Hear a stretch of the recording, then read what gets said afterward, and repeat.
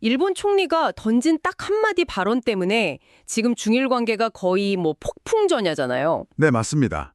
대만의 비상사태가 생기면 일본이 개입할 수 있다. 바로 이 발언이죠. 맞아요, 그 발언. 이게 왜 이렇게까지 큰 문제가 됐는지 오늘 한번 깊이 파고들어 보겠습니다. 이게 사실 핵심은요. 일본이 오랫동안 지켜온 일종의 암묵적인 룰, 전략적 모호성을 깨버렸다는 데 있어요. 전략적 모호성이요? 네. 그러니까 이전까지는 대만 문제에 대해서 명확한 답을 항상 피해왔거든요. 그런데 현직 총리가 직접 그것도 군사 개입 가능성을 언급한 건 이번이 처음인 겁니다. 아, 처음 있는 일이군요. 네, 그러니 중국 입장에서는 이걸 우리 핵심 이익에 대한 정면 도전이다. 이렇게 받아들일 수밖에 없는 거죠. 그래서 그런지 중국 반응이 정말 상상을 초월하더라고요. 특히 그 오사카 주재 중국 총영사 더러운 목을 참수할 수밖에 없다.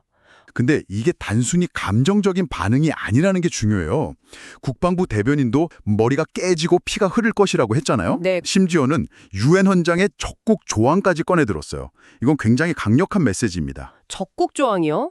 그게 구체적으로 어떤 의미를 갖는 거죠? 그러니까 2차 대전 추축국이었던 일본이 다시 침략 정책을 펴면 군사 행동을 할 수 있다는 경고거든요. 이건 단순한 마찰 수준을 넘어선 거죠. 근데 진짜 흥미로운 건 일본 내부 반응이에요. 중국이 이렇게 강하게 나오면 보통은 뭐 내부 결속을 다질 것 같잖아요. 고통은 그렇죠. 그런데 자료를 보니까 일본 언론이나 전문가들은 오히려 굉장히 비판적이더라고요.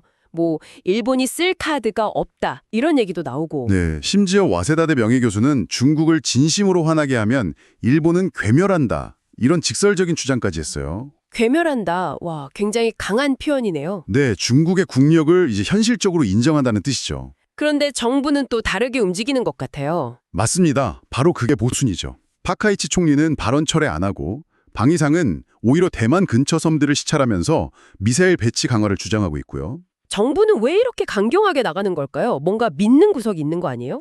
아, 정확히 보셨습니다. 그 뒤에 바로 미국이 있죠. 아, 역시 미국이군요. 네, 주일 미국 대사가 공개적으로 미국은 총리와 일본인들 편이라고 지지선언을 했고요.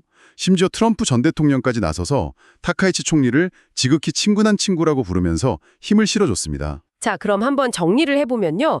일본 총리의 발언 하나가 중일 관계에 아주 민감한 부분을 건드렸고, 네, 여기에 중국은 거의 전방위적인 압박으로 나오고 있고요. 근데 일본 내부는 오히려 우려와 경계의 목소리가 큰데, 정부는 미국의 지지를 등에 업고 강경 노선을 고수하는 아주 복잡한 구도가 만들어진 거죠. 정말 아슬아슬한 상황이네요.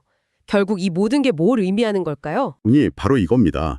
지금 일본의 이런 대중국 강경 노선이 과연 일본 스스로의 판단일까? 아니면 세락하는 패권국 미국이 중국을 견제하기 위해서 일본을 일종의 대리인으로 내세우는 더 큰 지정학적 게임의 일부일까? 아, 그럴 수도 있겠네요.